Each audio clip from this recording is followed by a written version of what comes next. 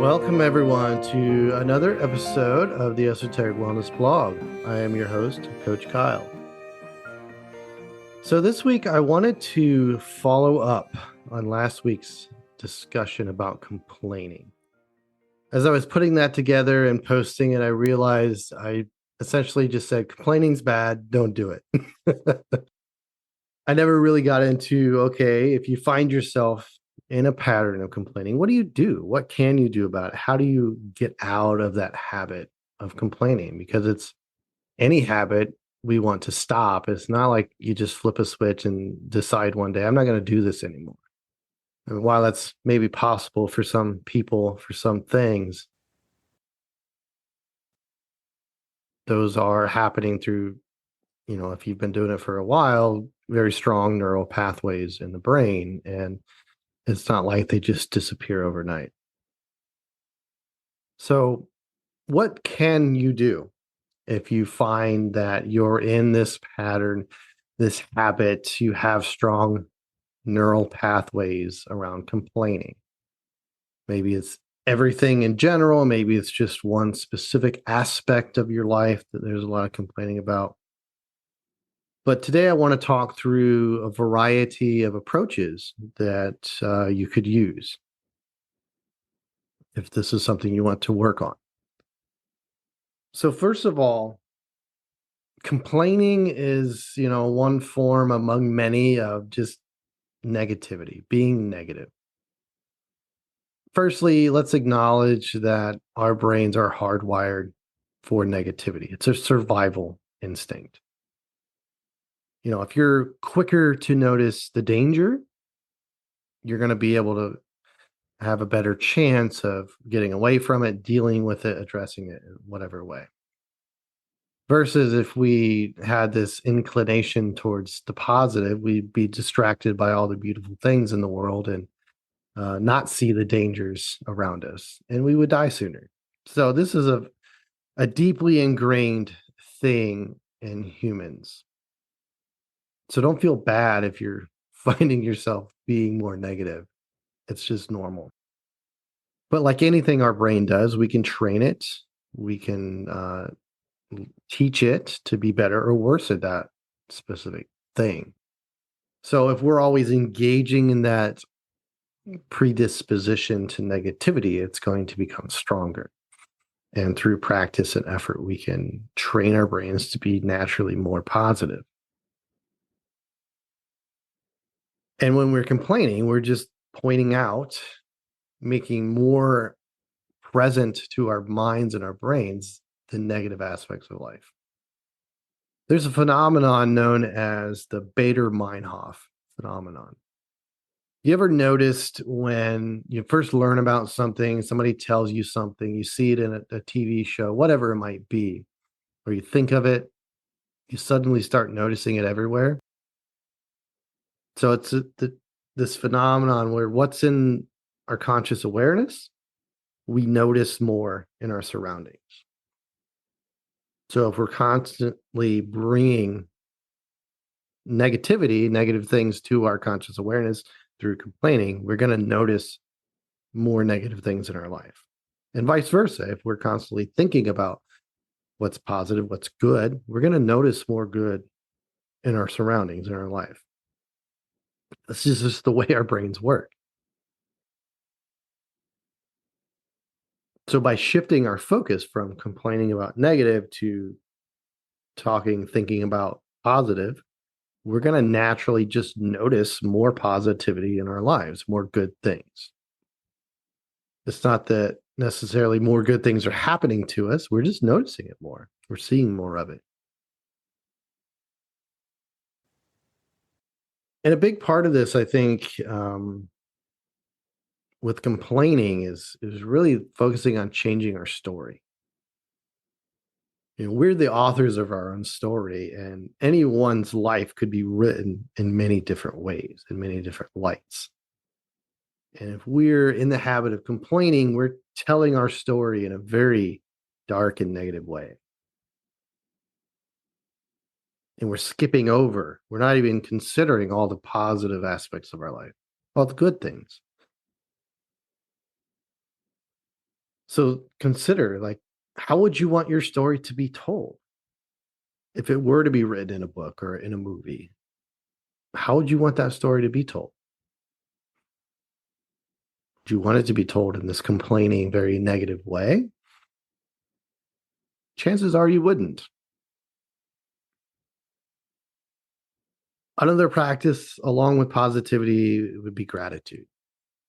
Like making the conscious effort to spot, identify, and appreciate what's good about our life. What are we grateful for? What are we thankful for? What do we appreciate in our life? And again, this is just going to bring these things front of mind to our conscious awareness. And then we're even going to see more of it in our life because of that Bader-Meinhof phenomenon I mentioned. So gratitude practice might look like, daily, weekly, however you decide to do it. Taking time to really identify what you're grateful for in your life.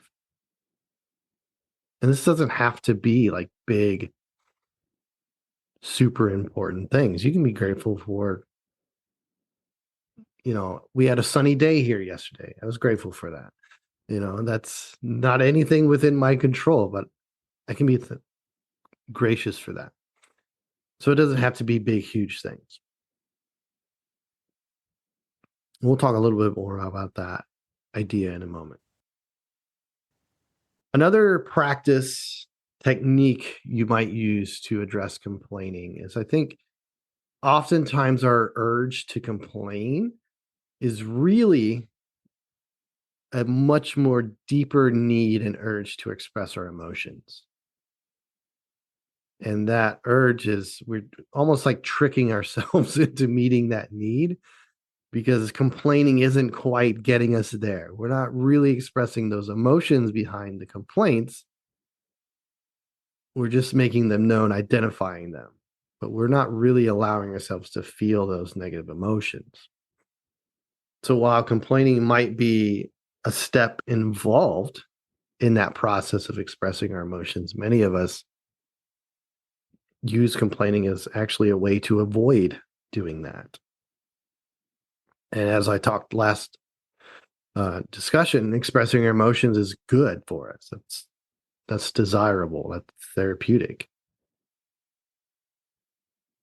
So this might look like, if you are often complaining about something that makes you mad, okay, bring that up and get mad. Allow yourself to get angry. Feel that anger, express that anger. Hopefully in constructive ways. We're not blowing up at another person, saying things we might regret, doing things that might cause other negative consequences for us. But if we need to yell, if we need to curse, we need to scream, we need to stomp our feet, do it. As long as you're in a situation where that's okay, safe, and acceptable. Let's not, do this at work or something like that. But we can always carve out time to express our emotion. If you like to complain about things that make you sad, let yourself be sad. Let yourself express that sadness, whatever that emotion is. Feel it and let it go. And that might take more than one go. It's not like we can, if we're really angry about something, we can just get angry once and it's no longer an issue for us. It might take many, many times, depending on what it is and how long it's been there and how long it's been happening, that kind of thing. Another thing I wanted to talk about, another practice, complaining seems to be quite contagious. When we're around other people that are complaining to us or in our vicinity within earshot, it's very easy to get pulled into that, to complain as well, maybe about the same thing or bring our own complaints into that discussion. So, looking at the people around you that you interact with on a day to day basis, and considering, are there those toxic complainers that might be part of why you find yourself complaining often? You probably already know right away who they are. And consider, how might you address that? I mean, one option would be to stop interacting with them, remove them from your lives in some way. That might be desirable, acceptable for certain individuals, but likely there are others who we either can't or we don't want to totally remove from our lives. So, how do we still engage with those individuals without getting sucked into that complaining? Well, with some practice and experience, it actually is very easy to very quickly, very simply disarm a complainer. And often they won't even realize what you're doing. This isn't does not look like just telling them to shut up, stop complaining. Then you'll very quickly become the one they're complaining about. But what this looks like is, so someone comes to you and starts complaining about something. All you simply need to do is shift the direction of the conversation. You can simply say, okay, that's really awful, but you know what's really great about today, or what's really great about that, or what's really great in general? You counter their complaint with something positive. That's all it takes, oftentimes. If they're really in the habit, they might continue to complain, but you just keep countering that complaint with something positive. It's like kryptonite for complaining. It's interesting. And if you do that consistently with the same person over and over and over again, you'll actually, without them even realizing what's happening, you'll train them. They'll train themselves not to complain in your presence because it doesn't get the intended effect.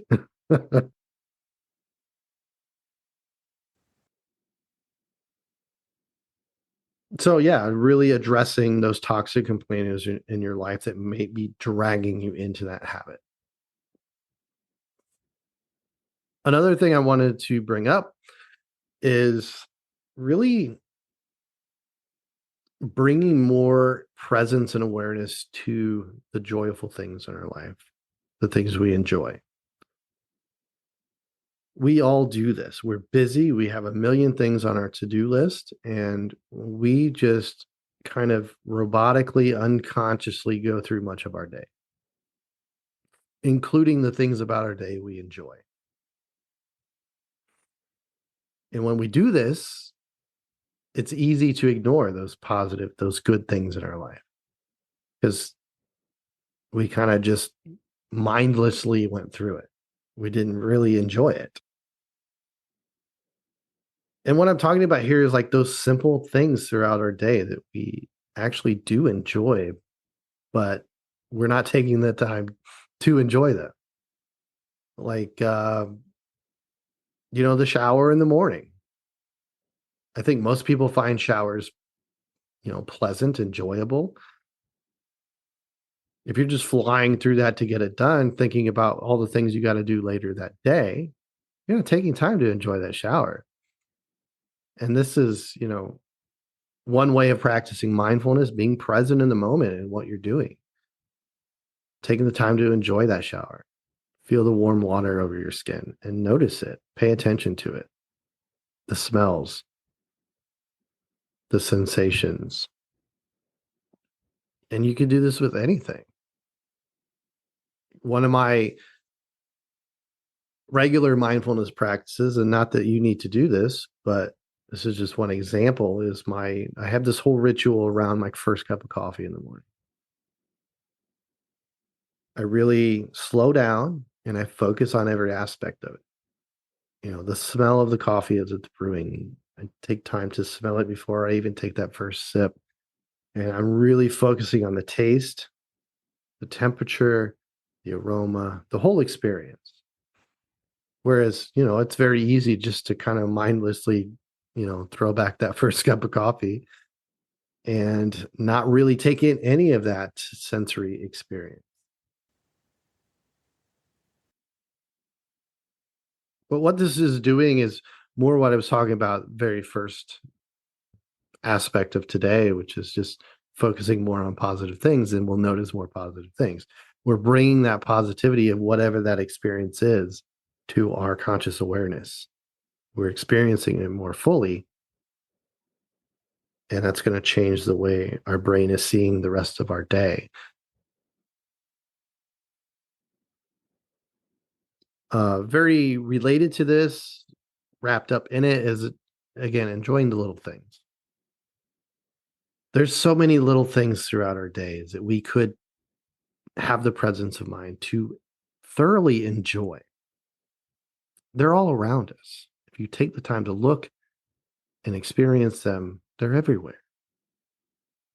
Like yesterday, I had this moment where the sun was coming through the window just right. It was hitting this kind of sun catcher my wife has up in the window, and it was making this beautiful, like a rainbow thing on the floor and the wall. And it just, like, it caught my attention. I stopped and I spent maybe a minute just standing there looking at it, appreciating it. Like, wow, that's really beautiful.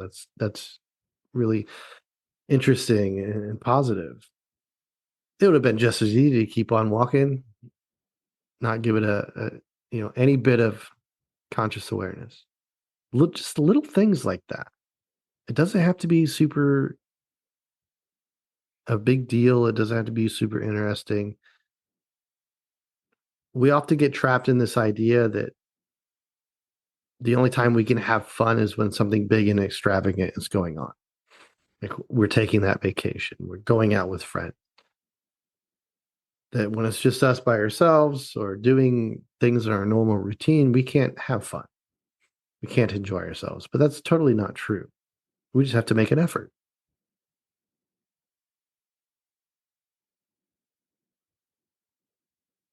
So there are probably many more I could discuss, but I'll leave it at that today. You have some ideas to work with, some things to try that are many of them quite simple.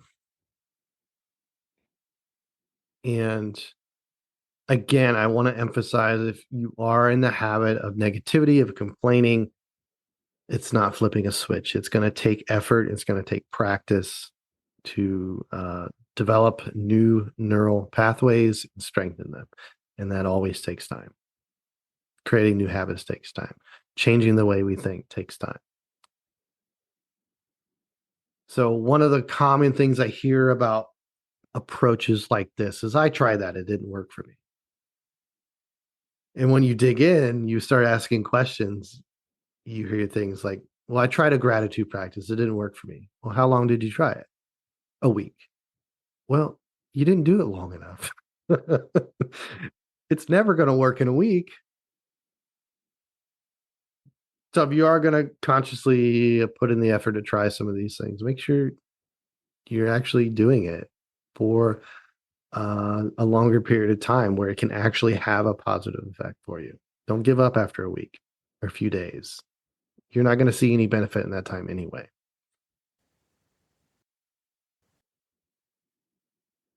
So anyway, I hope somebody finds this helpful and uses it to change their life. And as always, thank you for listening. You are beautiful. You are loved. Until next time.